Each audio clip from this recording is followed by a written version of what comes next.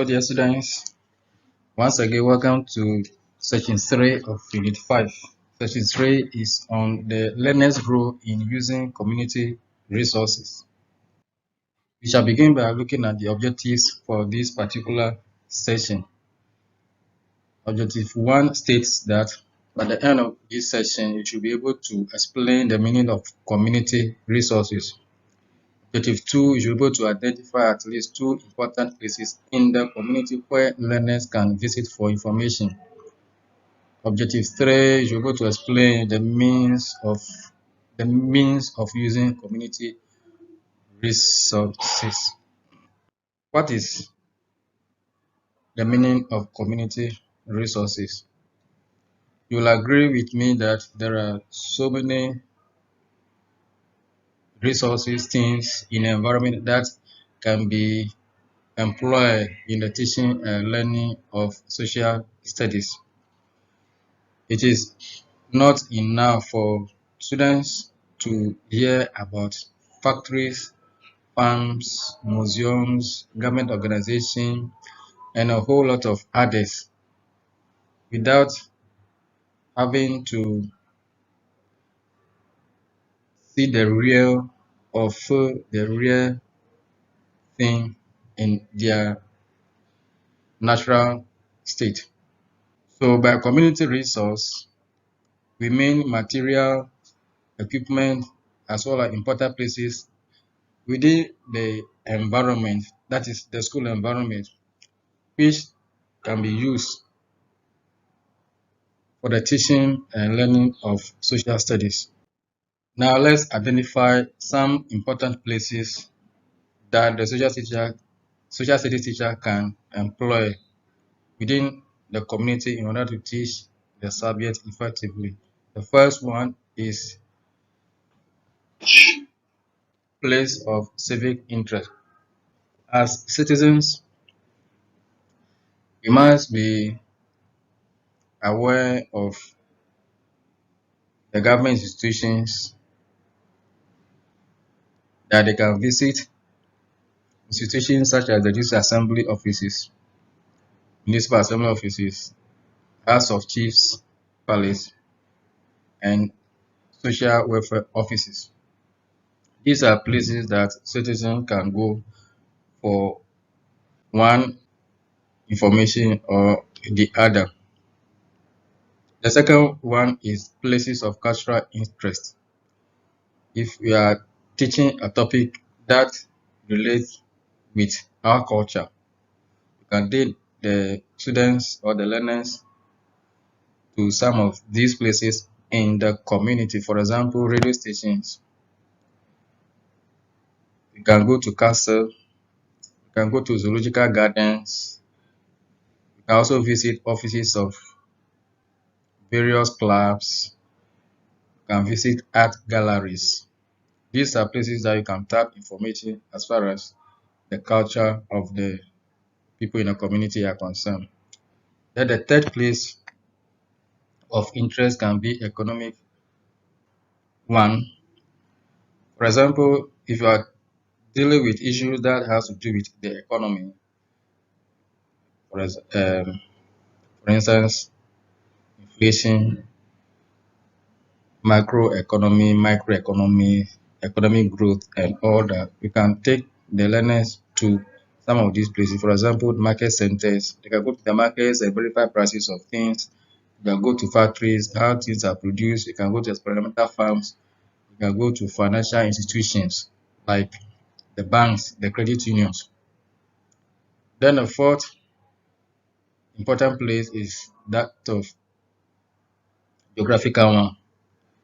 Student learners can go to dams, can as well visit market centers, can visit waterfalls, visit lakes, take trips to rivers and mountains. These are all places of geographical concern. What about places of historical interest? What are some of the places that they can visit? Do you say caves, churches, forts, excavation, castle, mosques, and palace. Can you name others? Then another important place can be of scientific interest. If you are teaching about issues concerning science, you can visit some of these places. For example, broadcasting stations, hydroelectric generating plants. You can visit hospitals. You can also visit laboratories if they are in the community. Another place can be government buildings. Government buildings such as fire stations, law courts, police stations. These are all government installations. You can visit some of them and see how things are done in those places.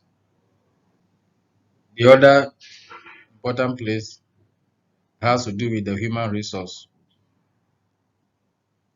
The people in the community who has specialized knowledge in certain areas. You can also visit these individuals. You can also invite these individuals to come and give or share their knowledge with students. Have a look at the important places that we can visit for social studies lessons. We shall look at the approaches that we can adopt in using the community resources. There are two basically approach we can adopt. The first one has to do with the school going to the community and the community coming to the school. In terms of the school going to the community, during field trips, you can visit some of the places that we have already talked about in the community. You can visit places of geographic interest, places of economic interest, places of historical interest, and so forth and so on. We can also engage in community activities when there is community activities going on. For example, tree planting, cleaning of gutters, donating blood. During festivals, we can go to the community and take part in whatever the community members engage in. Another way we can visit the community is forming social clubs. So when you form social clubs, for example, we are invited to the community. If there is club meetings in the community, you are also invited to join the community people and share with whatever they are also engaged in. In terms of bringing the community to the school, the school can organize an activity on its own and invite the community members to be part of the activity. We have so many festivals. Every community in Ghana almost has one form of festival or the other. So during these festivals, the Ojurai, the Ogochocho, the Kwasida, the Odun, the Damba, and whatever, you can invite the mini one, of course, not the major, the actual festival itself, just to depict the cultural heritage of the people. So during celebration of certain people, for example, heroes like Kwame Nkrumah, Wishebi Lamte, and all these people, you can invite the community members to the school to give talks. You see that during 6 months, different activities take place where people visit places, people are invited to give talks about the history of Ghana.